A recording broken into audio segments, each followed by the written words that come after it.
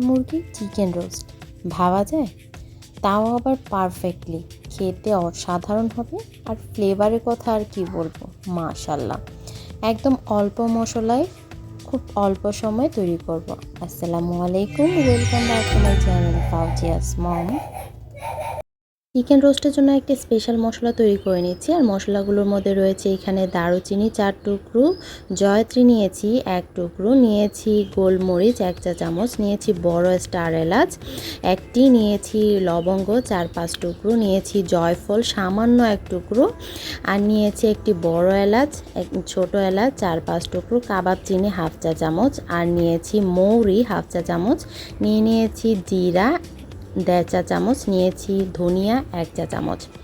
এবার ওইগুলো হালকা একটু ভেজে পাউডার করে নিচ্ছি। আর এখানে আমি চিকেন রোস্টের জন্য সেই চিকেনের পিসগুলো ম্যারিনেশন করে নিচ্ছি সামান্য একটু লবণ দিয়ে, শুধুমাত্র লবণ দিয়ে আর লেবুর রস, লবণ আর লেবুর রস দিয়ে আমি এই কাজটা করে নিচ্ছি। আর আমি চিকেনের পিসগুলোতে একটু কাটা দিয়ে নিয়েছিলাম, এতে করে মশলাগুলো খুব ভালো করে ঢুকবে। এবারে আমি ভাজতে চলে যাচ্ছি।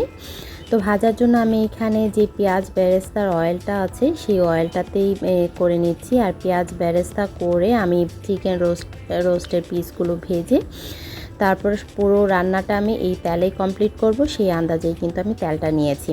আর সেই আন্দাজে তেলটা নিলেই কিন্তু সব থেকে বেশি ভালো হয়, খুব বেশি তেল হয় না। আর এই পিসগুলো একটু ভালো করে ভেজে নিলে, যেহেতু ব্রয়লার মুরগির করা হচ্ছে, এতে করে কিন্তু বোঝা যাবে না যে এটা ব্রয়লার মুরগি ছিল, আর খেতেও দারুণ লাগবে, আর ব্রয়লার মুরগির ফ্লেভারটা আসবে না। তো আমি ভেজে উঠে নিয়েছি।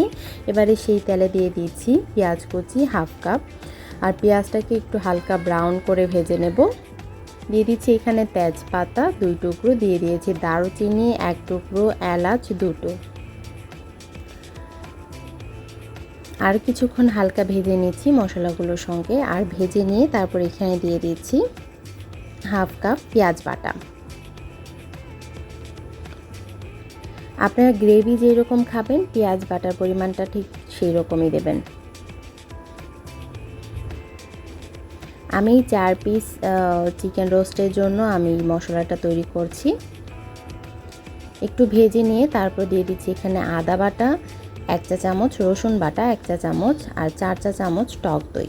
টক দইটা আমি ফেটিয়ে নিয়েছি। এবার দিয়ে দিচ্ছি বাদাম বাটা 3 চা চামচ।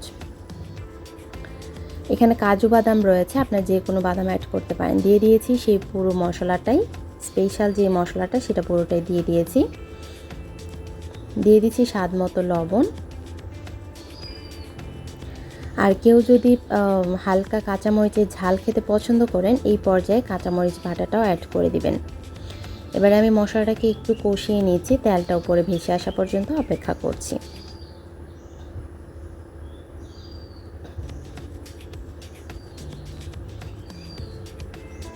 দেখুন তেলটা উপরে ভেসে উঠেছে, মশলাটাও কষানো হয়ে গিয়েছে।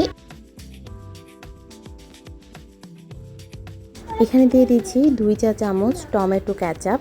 আপনার চাইলে এখানে টমেটো সসটাও ব্যবহার করতে পারেন, আর টমেটো সস না থাকলে রেড চিলি সসটাও ইউজ করতে পারবেন।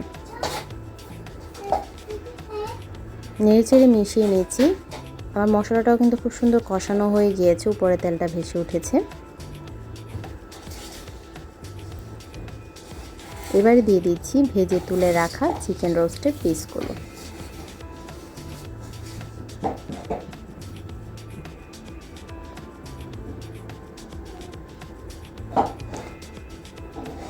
এবার এটা একটু ঢেকে দিচ্ছি কিছুক্ষণের জন্য।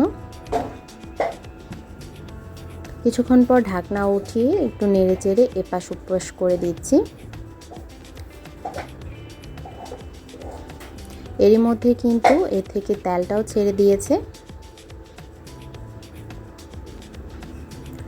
এবার দিয়ে দিচ্ছি এখানে 1.5 কাপ গরুর দুধ।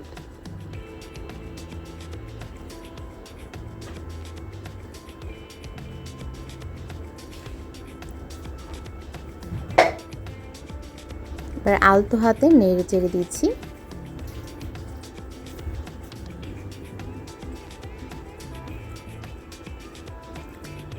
উপর থেকে আস্ত কাঁচামরিচ দিয়ে দিচ্ছি 7-8টি। এতে ফ্লেভারটা বেরিয়ে আসবে, বাট ঝাল হবে না। তো কিছুক্ষণ পর আমি ঢাকনাটা উঠিয়ে নিয়েছি। এবারে দিয়ে দিচ্ছি চিনি 1 চা চামচ। আমার এটা প্রায় হয়ে এসেছে। শেষের দিকে আমি 1.5 চা চামচ ঘি আর পেঁয়াজ বেরেস্তা দিয়ে কিছুক্ষণ ঢেকে রেখে দেব।